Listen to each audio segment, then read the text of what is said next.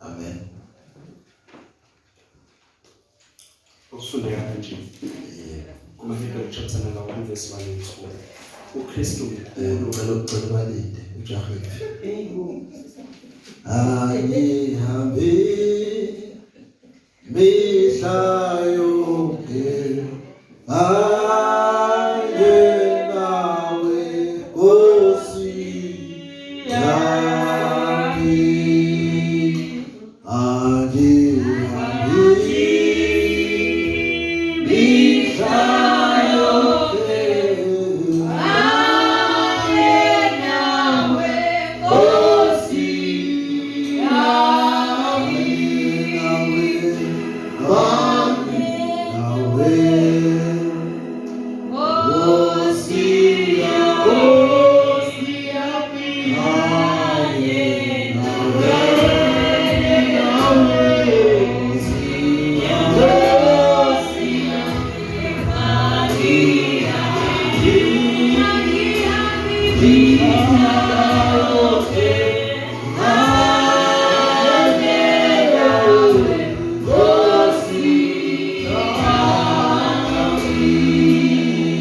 Hallelujah. What is the feeling manje? Hallelujah.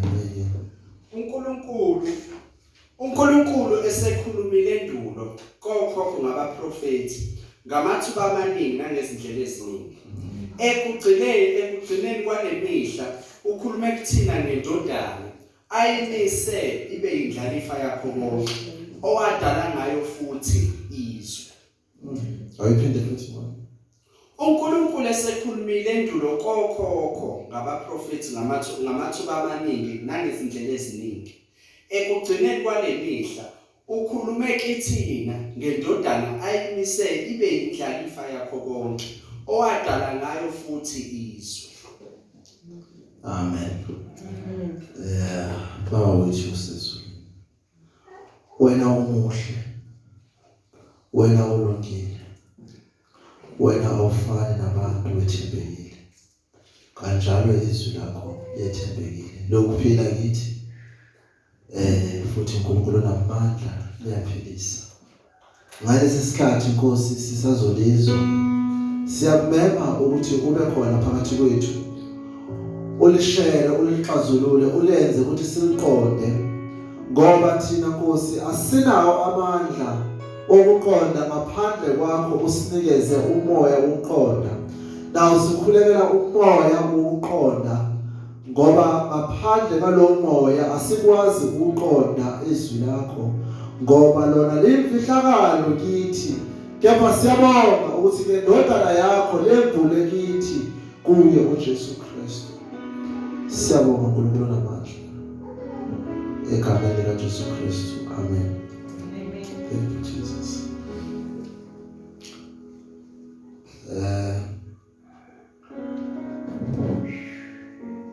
Umbhali wamaHebheru ubhala incwadi ngesikhathi la kulohlobo labazalwane elalwa amaJuda ababekade bebhekane nenkinga. Bathi mase bembukela uJesu njengenkosi nomsindisi babhekana nenkinga ezahlukene. Inkinga yokuqala evelayo ukuthi ba-rejectwa emphakathini wabo. Bangasavunyelwa ukuhlanganyela nozakwabo emasinagogweni abamaJuda. Amen. Baqala baxoshwa kwathiwa abasakufanele. Hallelujah. Ukuhlanganyela namaJuda amanye ngoba bona sebebukele lo okwakuthiwa indlela, because uKristu wayebizwa ngendlela because wafakaza wathi uyindlela neqiniso. Amen. Now phezulu kwezinye izinto kuthiwa even kwi-society they were isolated. Bebengasakwazi ukuvakashelana nabanye babahlobo babo. Now babhala incwadi bayibhalela ebandleni elikhulu eJerusalem. La khona babelindele ukuphendula, but we are not told ukuthi ubani lo apostoli obaphendulayo. But we know there are many speculations, but nevertheless it's not important. Okubalulekile umlayezo ophuthumayo obhekiswe kulabazalwane babaHebheru. Now because lo mlayezo wawuphuthuma, labazalwane babe sebecabanga ukuthi kungcono babuyele emuva enkolweni yabendala bashiye uJesu Kristu. Now lokho kwacreate iconcern kumpostoli obhale lencwadi. Now bayibhala lencwadi akazihluphi nalokuthi asho ukuthi ubani nomali abapostoli babebhala bebesho ukuthi bawobani, but sizwa lokubingelela akabingeleli because lo mlayezo wawuphuthuma. Lo mlayezo wawuphuthuma inenkinga esimanga. Ngicela asana angangithela amanzi. Izwi lami la akazi le mic noma.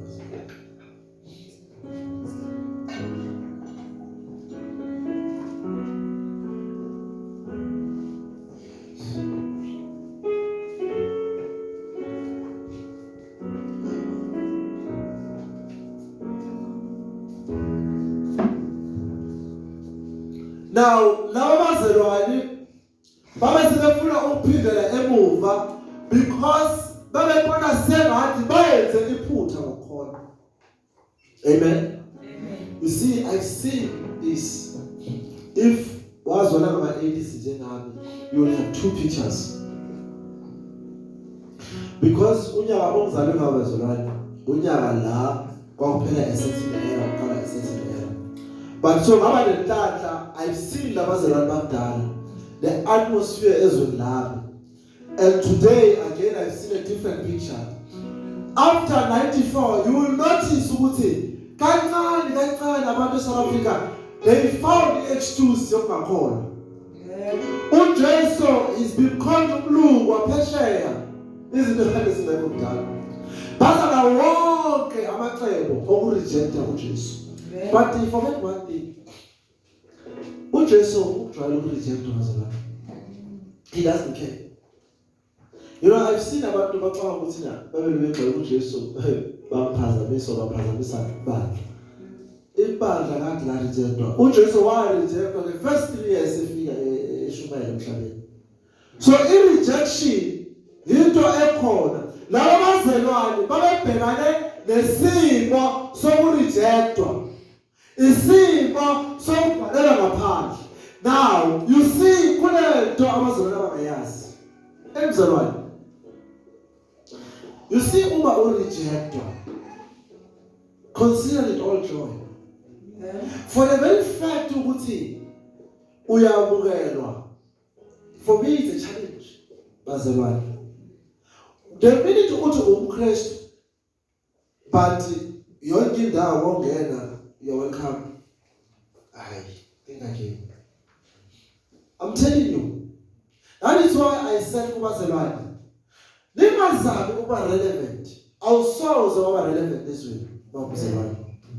Awusoze wa understand and awusoze. In fact, the very thing ukuthi awubukeleki yona into efanele udumisa uNkulunkulu. Ngoba waqala wabukelela emhlabeni. Then there is a problem. Because uthi uJesu Kristu kubafundi bakhe uthi don't ever make a mistake. Usho lesisho uthi a servant will never be greater than his master. Amen. Uthi if ke bawazile ukurejecta mina nami bazoreject. Amen. Now we all know ukuthi bazalwane abantu they can dance with us. Ngesikhathi sicula sine open air. Some they may even concern ukuthi bekhonza kamnandi, but don't make a mistake that they love you. They don't. Amen. In fact, bakusho ngoba bekahle kahle abanye bayothi bakucisha ugesi ngabeza bathi yes. You see, and I knew that we are doing the right thing. Amen. The minute you see was right, kuna mabandla amanye ekwaziyo. Ngoba la ngena wonke umuntu. Uyazi ngabandla? Wonke umuntu uyafita. And yonke itopic iyafita. Mawufika ukhuluma ngemihlatshelo ethize nokwenza into ethize kulelo bantu uyafita. Mawufika futhi ukhuluma ngoJesu uyafita. Hayi, yakuqala mzalwane njalo. This was the problem, malabazalwane. They were having a true religion. Babekholwa kuJesu ngokwethembekile. That is why benelithethwa. Amen. But you see, uma belithethwa, they think of going back.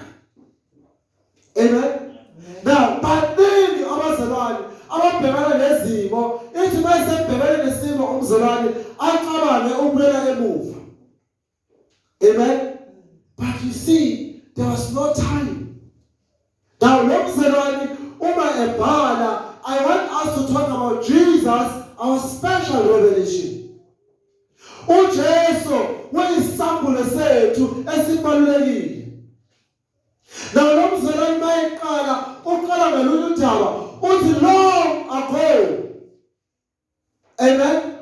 Now labazalwane akhuluma nabo bafuna ukwela back to long ago, but ufuna ukubatshela something about that long ago. Mayeqala incwadi akazintroduce akasho nokuthi ubani uzilalela esikhathini ezedlule ngekhathi ezahlukahlukene nangendlela ezahlukahlukene uNkulunkulu wakhuluma nabantwana bakhe ngamaprofeti. Amen. Now, you see, in many ways, that is what I want you to focus on at the moment. Uthi ngesikhathi esedlule ngendlela eyiningi, meaning there was no way that was identified to God at that time. I know mzalwane ukhululeka understand. Uthi uNkulunkulu wakhuluma nobaba bethu ngendlela ezahlukene, meaning today there is only one way. Amen. Amen.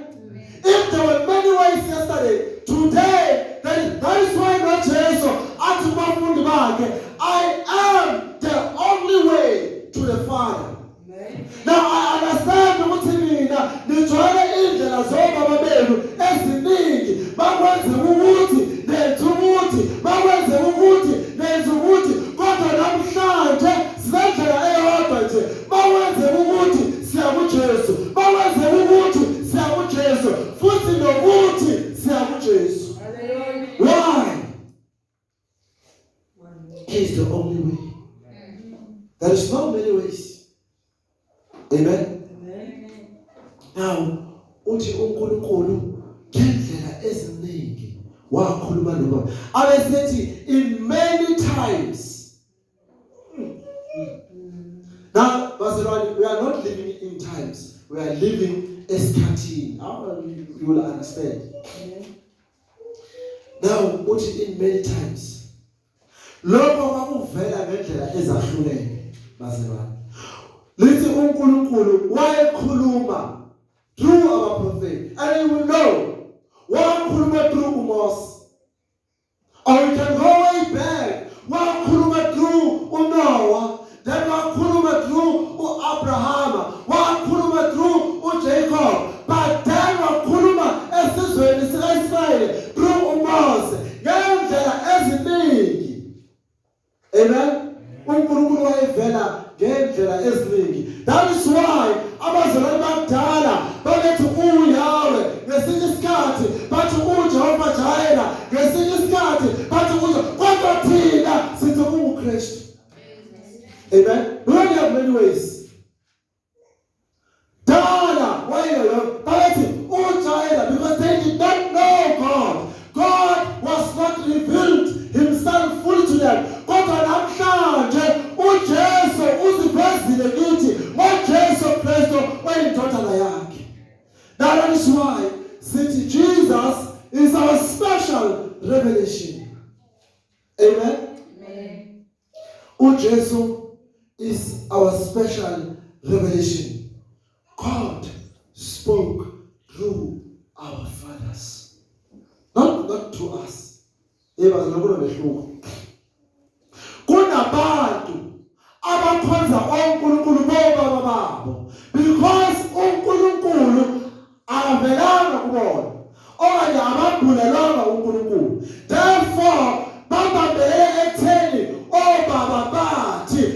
ngithi wena uthini. If ngempela ungamazanga uJesu, I understand ukuthi wawusababelele ekutheni oba uthi uNkulunkulu wakho onothisa lezi zinto eziwu-3 bazalwane. Uthi kudala hayi namhlanje ngendlela eziningi nangezikhathi esihlukene uNkulunkulu wakhuluma nobaba bethu. Yonke lento ayishoyo it has been referred to the pastors because obaba sebashona nabaprofiti sebashona nalezindlela zabo asayiboni kahle. Amen. That's why mawuya enyangeni enye ithele okunye, mawuya kwenye enye ithele okunye. Abekho wrong because basasebenzisa indlela eyindala. Hallelujah. Don't say they are wrong. No. Just say no, they are old. Now what we must do? We must tell them about Jesus or indlela entsha. Amen. Because they don't know. Jesus has not been revealed. Akakabula kubona. Ngoba thina uJesu uyisambulo esibalulekile. Amen. uJesu bazalwane uyisambulo esibalulekile. But kulaba in many ways, in many times, God spoke to them through their fathers. Amen. That is why uzwa amaJuda uJesu mayekhuluma nabo bathelalela thina sinzalo kaAbraham. Basababelele endabeni endala.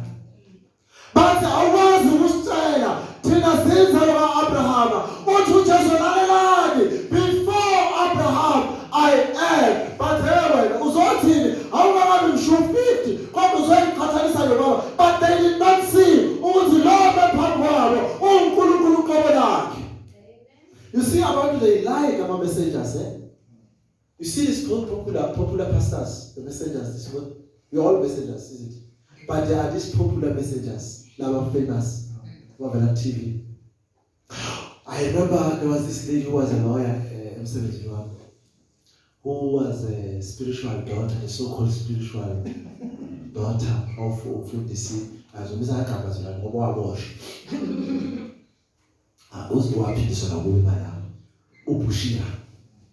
now, when I testify about Jesus to no sis, what to know one for this, mean I can cause a major one, babies about the major one, the great major one.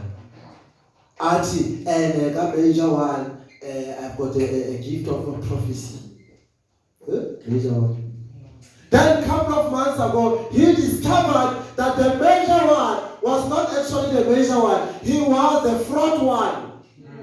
And then one day, I was saying, we have to send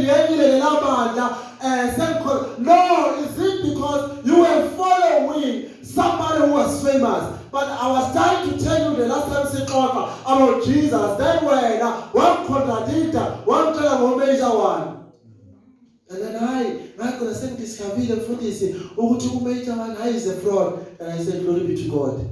But I wonder, have Jesus revealed himself to you? Or you are just going to follow another major one, the great one this time? You see? Because Abantu, they have missed the point. They still follow it. You see, this thing of Uguladela Umubu, it was not wrong biblically.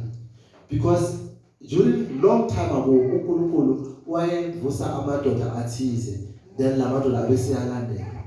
But namhlanje, there's this important verse. Uthi umpostoli uPeter naye in arguing. Uthi kubazalwane in the upper room. Uthi la madoda enwabona akhuluma le nto ngayizwa abadayiwe kusasekuseni. Uthi abaphuzile iwayini.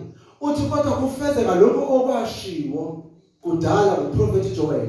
Ethi I will pour my spirit in all flesh. Yakuthulula umoya wami kuyo yonke inyama. Athi phela amadoda namadodakazi enu izisebenzi nezisebenzikazi zenu ziyakuprofeta ziyakubona izinto. Meaning abasoze anymore bagijimela kwenye indoda. Athi uJeremiah ngizobhala imibhalo yabo enhliziyweni akekho manje osezofundisa omunye umuntu ngoba ngiyakuba kubo enhliziyweni zabo. Now you see, you must understand. My work as a pastor when I'm standing here, it is not to be your God, but it is to remind you the word of God. Amen, Pastor. So don't go around and say, hey, no, cause I was of course, it's supposed to be about and I guess that the literally, that's when you call it let doctor cause of keys, because of that's all right. Why it's not to hear Christian? Generally, more than it's a strange thing. Yeah, that's very strange. Seriously, I realize the kids are getting figure. Bob was about to concept, or to concept keys. Sure. I was like, eh? And it took me time even to know KCC Gamash because I'm about to wait for concept. I knew before I know Ikamalibank. And then later, I knew there was this big pastor who was called Pastor Mzibel. And then later, I found out to go to the KCC. So I didn't realize it was the KCC from Mzibel. Same was so about so I'm glad not to get life was right. What's the hope is this was. So meaning about portrait about party could have was run of so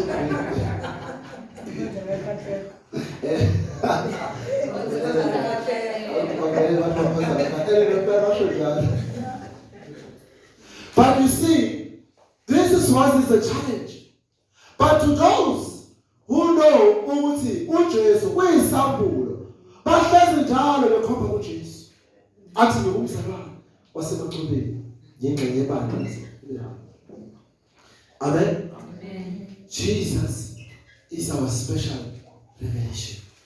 Now, notice the second point. Uti long ago, at time, in many times and many ways, God spoke to our fathers by the prophet. Now, I like to also stick to this one.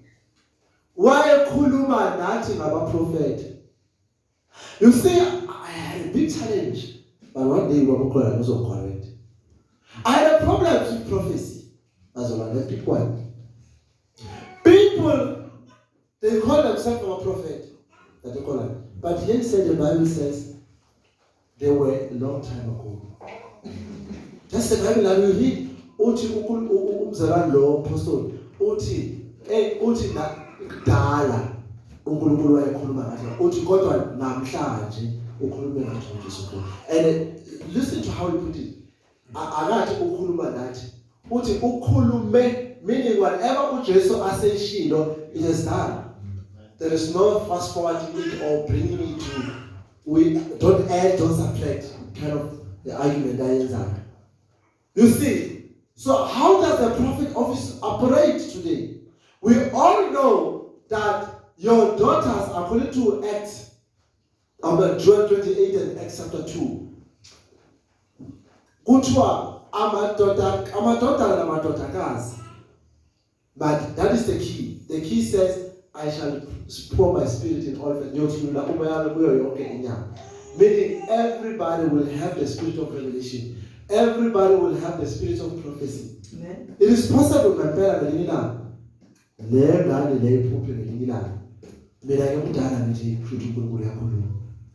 now, I'll say I'm going to look to about the office of prophet because the Bible says it was of the old. So you find people operating in a particular office, actually an old prophet, in a form, not a format, it's an Old Testament form. Amen. Then about the messages again, particular as a prophet. And that's leave me with the question, Uguti. What say this card? No prophet. Because Lava Alabama Guabona, Babezo Kuluma Moches, Mama Funda born of a prophet like that. Born of a story to Jesus. And then immediately, Ujesu a figure. I can't call prophet for 400 years. The only prophet or Kamuga of the last days, there was only prophet in the New Testament. It was only John the Baptist. Lo Ujesu as the ati guy, akekho kubo bonke abazalwa obaleyo kudlula ngoba yena wayezoli holiday evulele. And then now my feel about lowo ufika ukhomba kuJesu uthi nanzi imvana mabethi beza kena bathi phela lo okade umkhomba useyabhabhadisa kanti nawe uyabhabhadisa uthi uJohn no injabulo yami igcwalisiwe uma yena ephakama mina ngiyehla, meaning when my office is getting shut and his is getting open, then I have joy. Yeah. Now, we will still find out today a person call himself a prophet so and so. I'm not saying there's no prophecy, but I'm saying the prophecy is within the church in general. There is no particular individual. I don't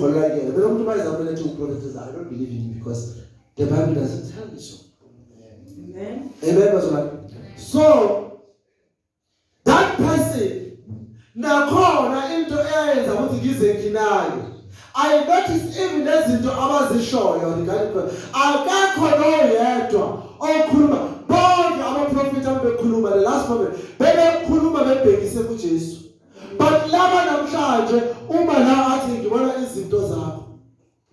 Athi bona wena uzoba nemoto. I was like no, but you are not. But listen in Bible lapha kuthi Deuteronomy 16 if I'm not mistaken. Listen, if anyone noma angasho into yenzeke kodwa uma engalikhombi uNkulunkulu elikhomba kwenye indawo ningamlandeli. Therefore in fact ukuthi sakuthiwa anomshana imbulala nisuse ububi phakathi kwenu.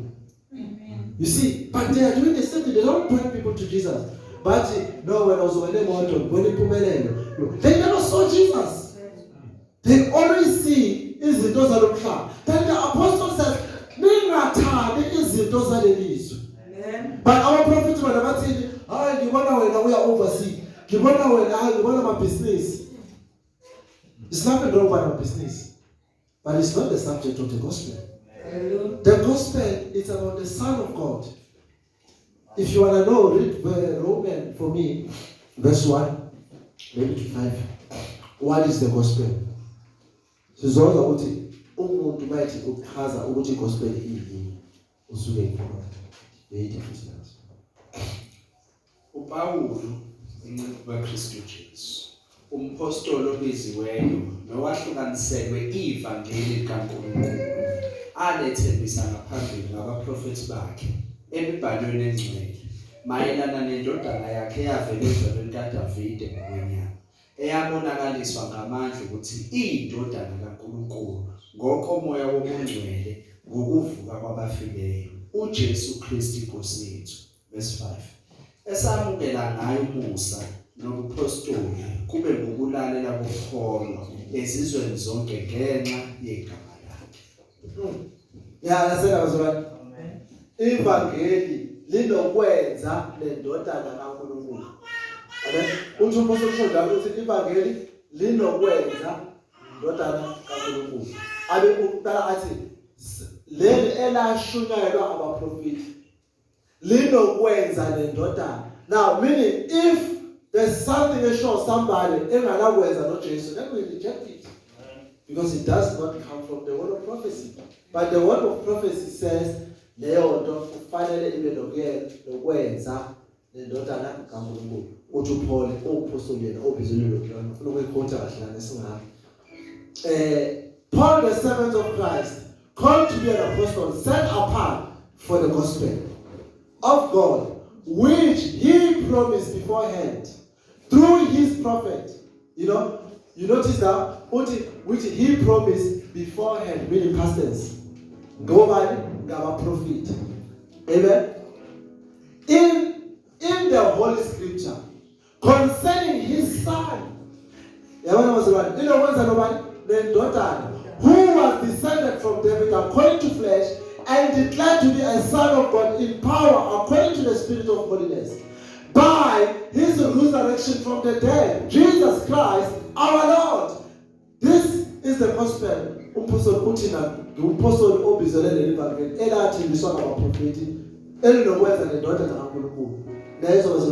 Now there is no other gospel except. In fact, there was other Paul in another book. Apostle Paul uthi uma kumenzeka kufika abanye beshumela evangeli elingafani naleli lethu uthi mxosheni uthi nathi uma singabuya size kunina sesikhuluma okunye uthi nathi sirejectele isixosheni ngoba sasebenzele uNkulunkulu. Amen. Point number 2, in the last days. Point number 1, long ago, amen, God spoke to us in many ways, many times, through our fathers. But in the last days, this is where we are now.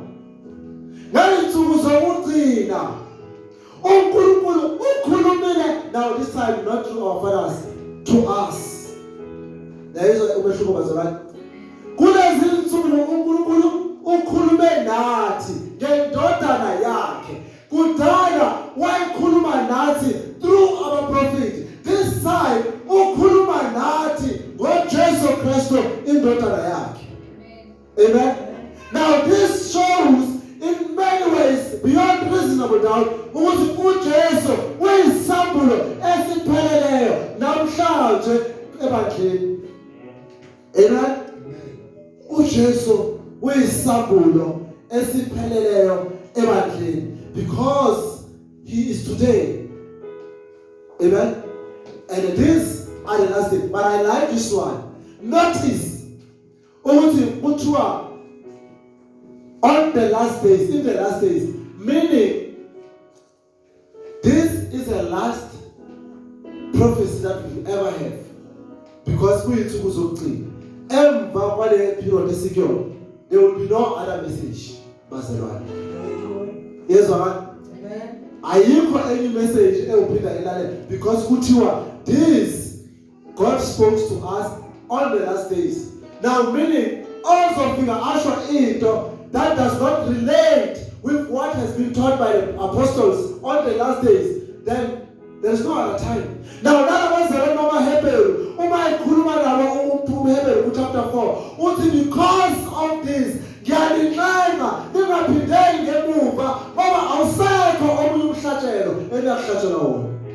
is no other Ivan. There is only one, the Son of God.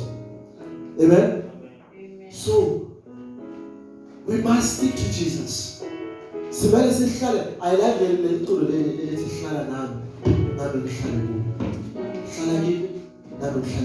because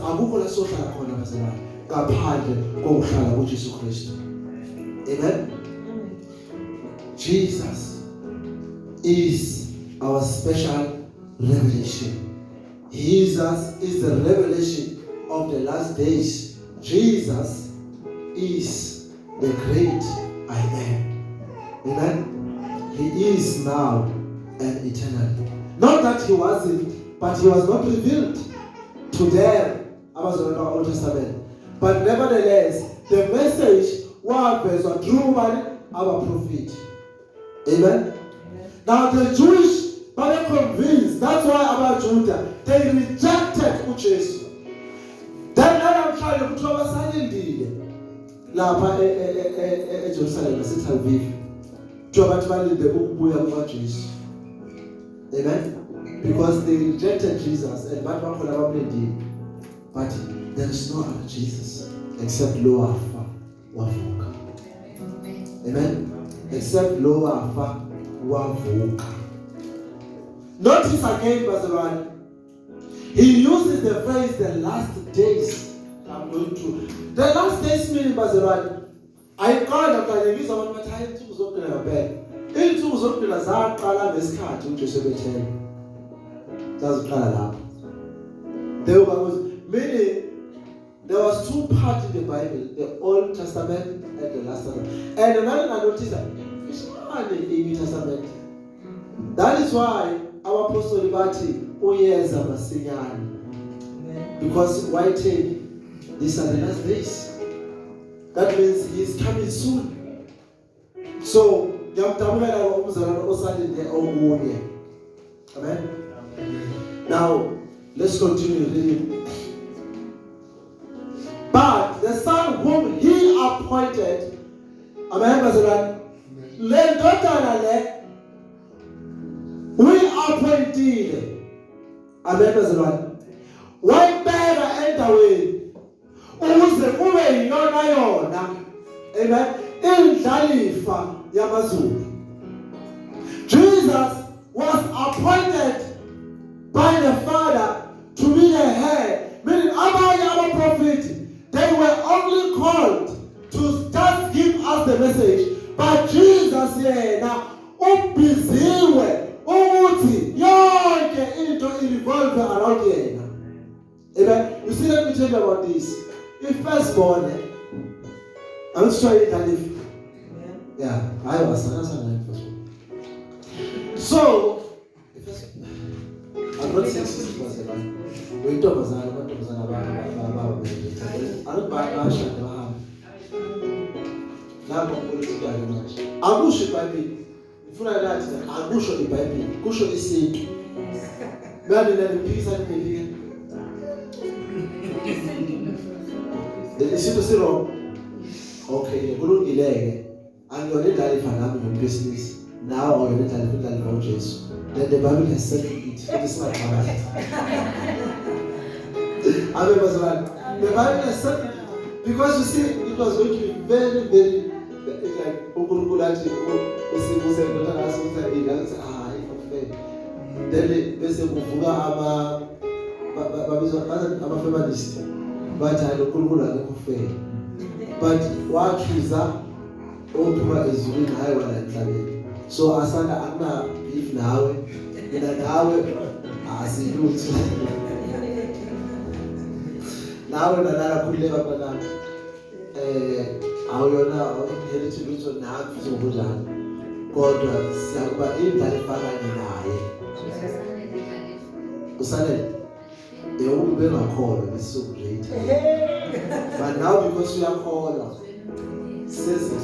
Who's the man can't tell you who's the gentleman of fire? I didn't know let's all come up in a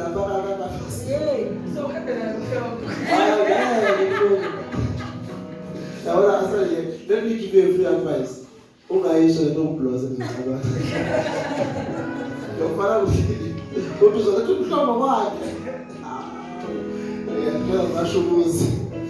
you see,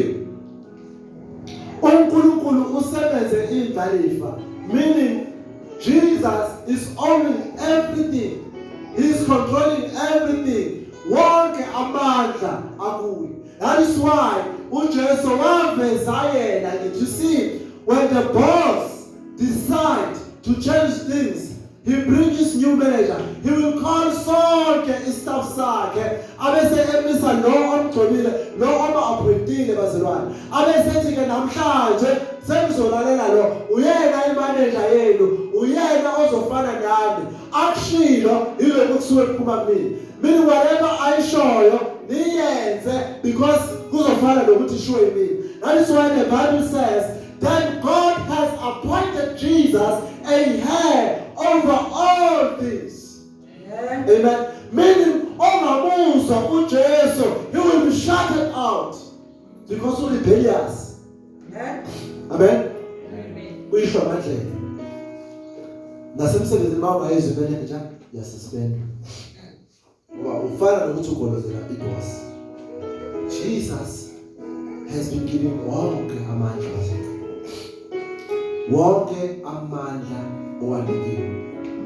Notice, but different between yesterday and today. You see, kunomehluko kuyizolo nanamhlanje. Let me again. You know, kunezinto bazalwane ezazenzeka kudala. Ziyabuya ngenye iform. And mase zibuya ngenye iform, abantu bayitshela ukuthi izintsha. Uze basifundekela ngedemocracy. Democracy kade wakhona bazalwane. But democracy yaNkulunkulu engafani lasemhlabeni. You see, I always tell people ngithi kunento esho ukubhali uSolomon encwadini Ecclesiastes. Lebiza ngezulu. Ecclesiastes. Umshumayeli. Kasi sutoro ke bekelisia. You see uthi ayikho into entsha phambi kwaNkulunkulu. Uthi imfula isaqhama entabeni iye elwandle. Ilanga lesaphuma empumalanga lishone entshonalanga. Ayikho into eshintshile. But you always hear the politician that they will bring change. They only bring trouble, not change. Asadi. They only bring trouble. Not change. trouble. That's why many Western countries, so many, but baxazulula abantu born in Russia today. Because our Western, they say they bring democracy, they bring something new order. Now, Russia Galileo, born after to be manje, bacela. Sicela ukuthi imasosinto zakhe, nitheni nabandla nje nina. Bathi simbumba sakhe NATO, bakha what they call it NATO. NATO is the strongest movement. Nobody touches to now uPhuthi mushabantu uyabatshela futhi sino uma ningasondela la nizobona. But high sizondela in Ukraine nje ngeke kodwa ngeke siye lapho. You say you bring a solution. Now there's problem all of a sudden. You see, nobody brings solutions, Bazalwane. Only God brings solutions. That's why Jesus was brought to bring solutions, so that there will be no death. Amen, Bazalwane. So that that only one who was introduced and appointed by God ongaletha a solution. Aside that, our eMachobeni, they came and go. But they travel around the world trying to bring a solution like South Africa. They died. Mandela came and he said, I will die for 27 years. And then after 27 years, he died. We still have a problem. That Thabo came. What the African Renaissance, Africa Chibembe, Africa Unite, some cultures are clear. That is then Saleta Uzuma, what Mshinwami, Sati, Samsusa. So, Saleta Uramaposa, now where is the solution? Jesus has been appointed the only Son of God who can bring healing to this world. That is why in the book of Jeremiah, I have brought my word to heal you. Not Ramaphosa, not Zuma. Zuma and Ramaphosa, they bring about Gupta. Now Ramaphosa is bringing the West back to us. Now to the culture Oliver Town. By the way, what now, they used by the devil as when you read the Bible. Yes. Amen. Now, by recruiting Daniel, I saw you here. Amen. I saw which there was this evangelist in Ireland, Irish evangelist, who was a member of the parliament. I'll never forget that man. When a pope, a Roman Catholic Pope came to Parliament as an Irish. I will never listen to you because you are an antichrist. A Parliament, I'm talking about a strong politician. I will never listen to you because you are an antichrist. You will show up during the time of Revelation. And now we see you alive. You are coming to terrorize my country. And you are fully like England. I hope no matter they see you for who you are. And then Babu keep it apart. But the parliament and Pope was very disappointed. He never wanted to set his foot in Ireland again. Now you see, we want people who knows that we've got only one revelation. Nothing has changed. Bazalwane. Don't be surprised, Mama K. I call and I will say, come on, destroy them. And God will destroy them again. Nobody must fool our whatever. Amen? Because there's nothing has changed. There is nothing new. Hi, that's free. That's free. How is it now? It's free. If freedom is also started, freedom is read the Bible in Genesis, in the book, the story of Lord. You will see what he does as free.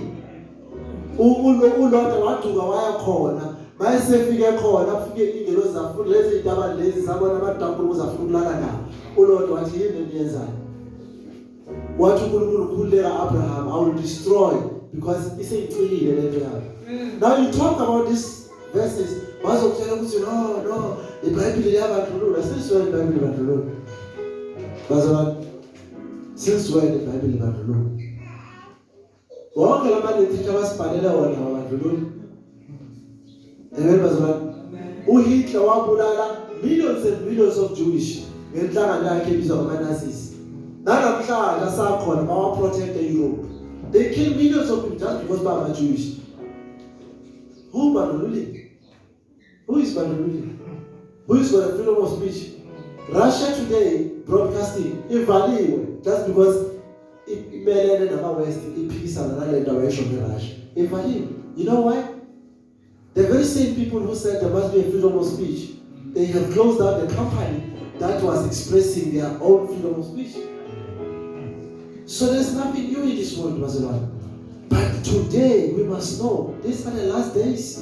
But we know God has spoken to us through His sons. We don't care with what He bought, but sizoma naloku kushiwo uJesu Kristu. Ngoba bazalwane uNkulunkulu has appointed him. uNkulunkulu has made him heir over all things. Amen. Hallelujah. uNkulunkulu has appointed him and uNkulunkulu has made him the heir over all things. Read for me John chapter 1 verse 3.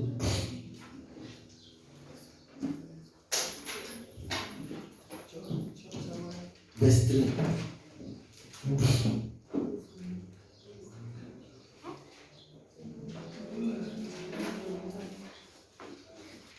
Bashi. Konke kwavela ngaye. Ngaphandle kwakhe akuvelanga lutho. Kukho konke okuvelile. Amen. Because no Jesu no bazalwane konke kwavela ngaye. Akukho okunye okuvelile ngaphandle kwakhe. Amen bazalwane. Colossians 1:16.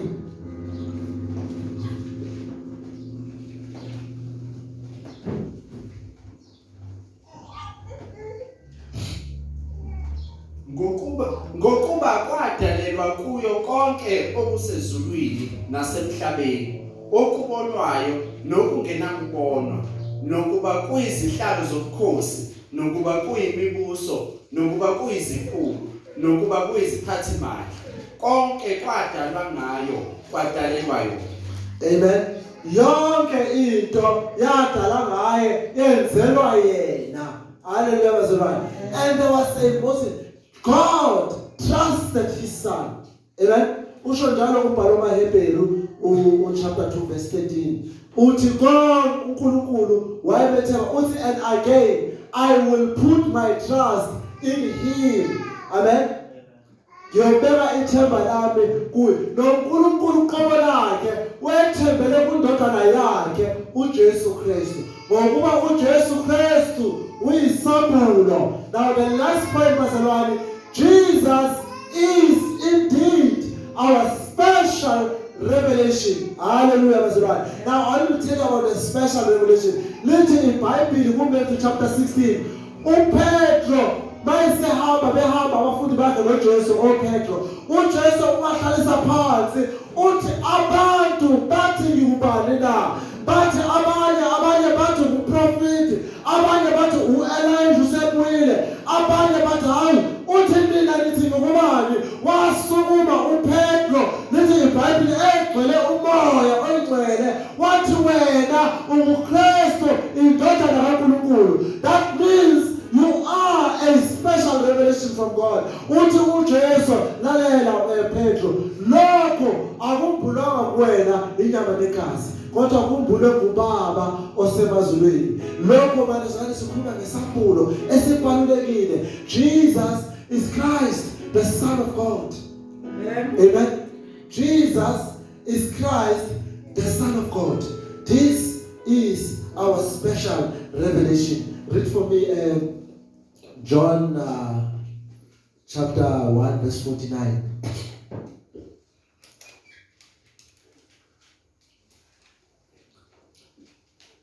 uNathaniel wamphendula wathi, Rabbi, uyindodana kaNkulunkulu, uyinkosi kaIsrayeli. Now after uNathaniel ezwa isiprofethi sikaJesu uthi, Rabbi ungumfundisi, uyindodana kaNkulunkulu. Hayi uThomas yena kuthiwa mayesala esandleni sakhe efaka isandla sakhe ohlangothini lapho azona kuthiwa ngobuso you are Lord. Amen bazalwane. What indeed now all along kusho Thomas wayehamba naye enongabaza. But after uJesu esevuke ekufeni evuswa ngamandla amoya oyingcwele uThomas wambona kwamangaza lokho wathi no ngizokholwa uma semfake imino ezandleni ngibone wona la manxeba ngizobona masefaka isibhakela sami la ngibonele ngigwaza khona uthi uJesu Thomas ngoba wena ukholwa ngokubona woza uzofaka kuze uprove ukuthi uThomas wayeza wafaka imino wafaka nesibhakela wabubuso wathi no, not only you are a son of God but you are God. Amen. Jesus was revealed to him. Amen. Now the question is, ngabe uJesu ubuliwe kuwena namhlanje? Uma ebuliwe kuwena ubule njengobani? Amen. Because thina sithi uJesu he is our special revelation. Jesus is Lord. Bazalwane. uJesu uNkulunkulu. Read for me chapter 22 verse 44 to 46. So we shall bayabhala amavesi phansi so that they can read it home. Read for 22, 44 to 46. Matthew 22.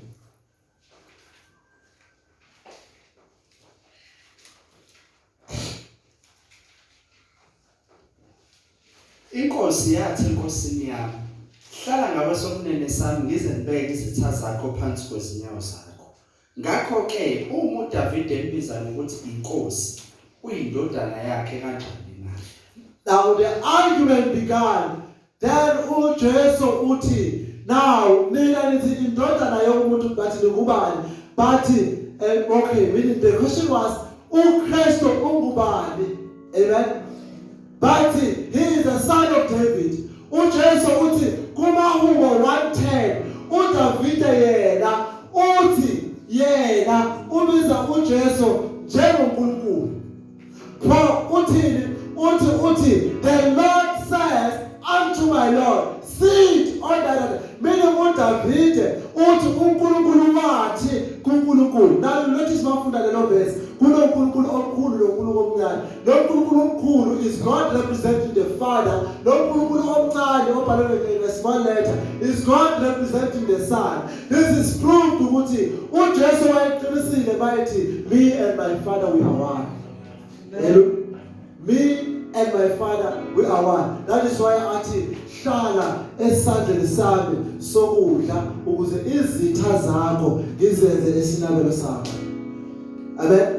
Bakhona uAntichrist othi umphiki Jesu omtshela ukuthi hayi uJesu uyisinabelo sakho obeka inyawo kuwena and he will be sold.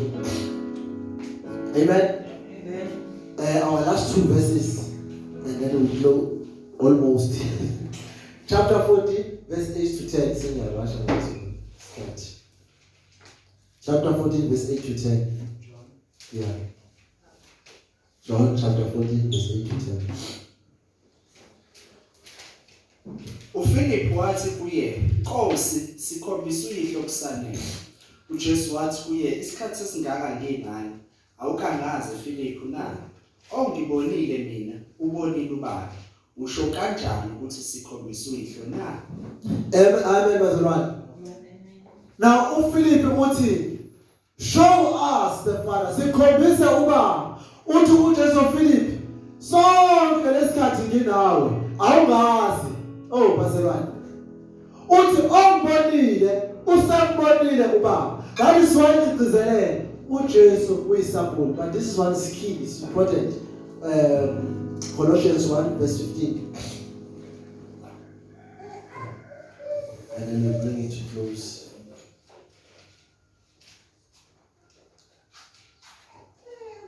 Yona ingumfanekiso kaNkulunkulu ongena kubona izibulo lezidalwa zonke ngokuba kwadalela kuyo konke okusezulwini nasemhlabeni. Now I like this lithi, for he is the image of the invisible God.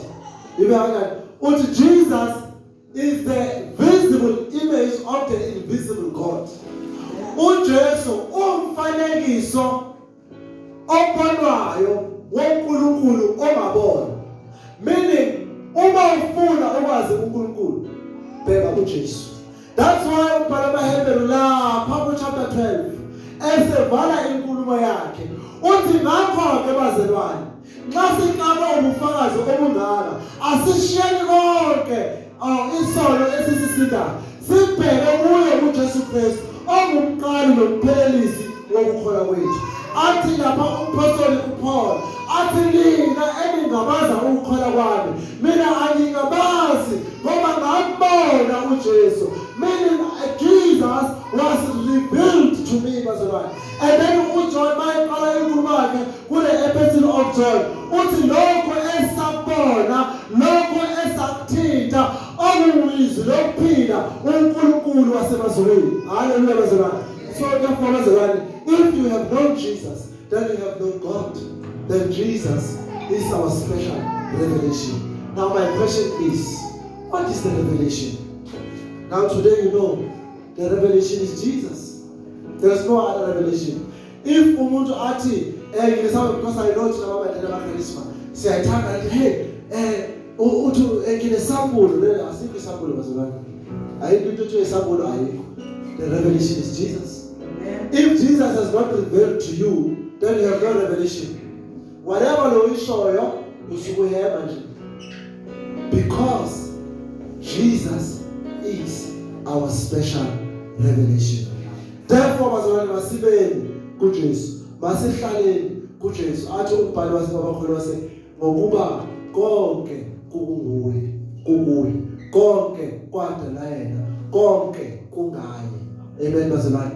He is the word that was in the beginning. All things were done by him, for his glory. Asukumele ngenyawo bazalwane. Sihlabelele. Just very short, because khona la ngasho khona isikhathi. Just very short song, a powerful song. Very short, powerful song.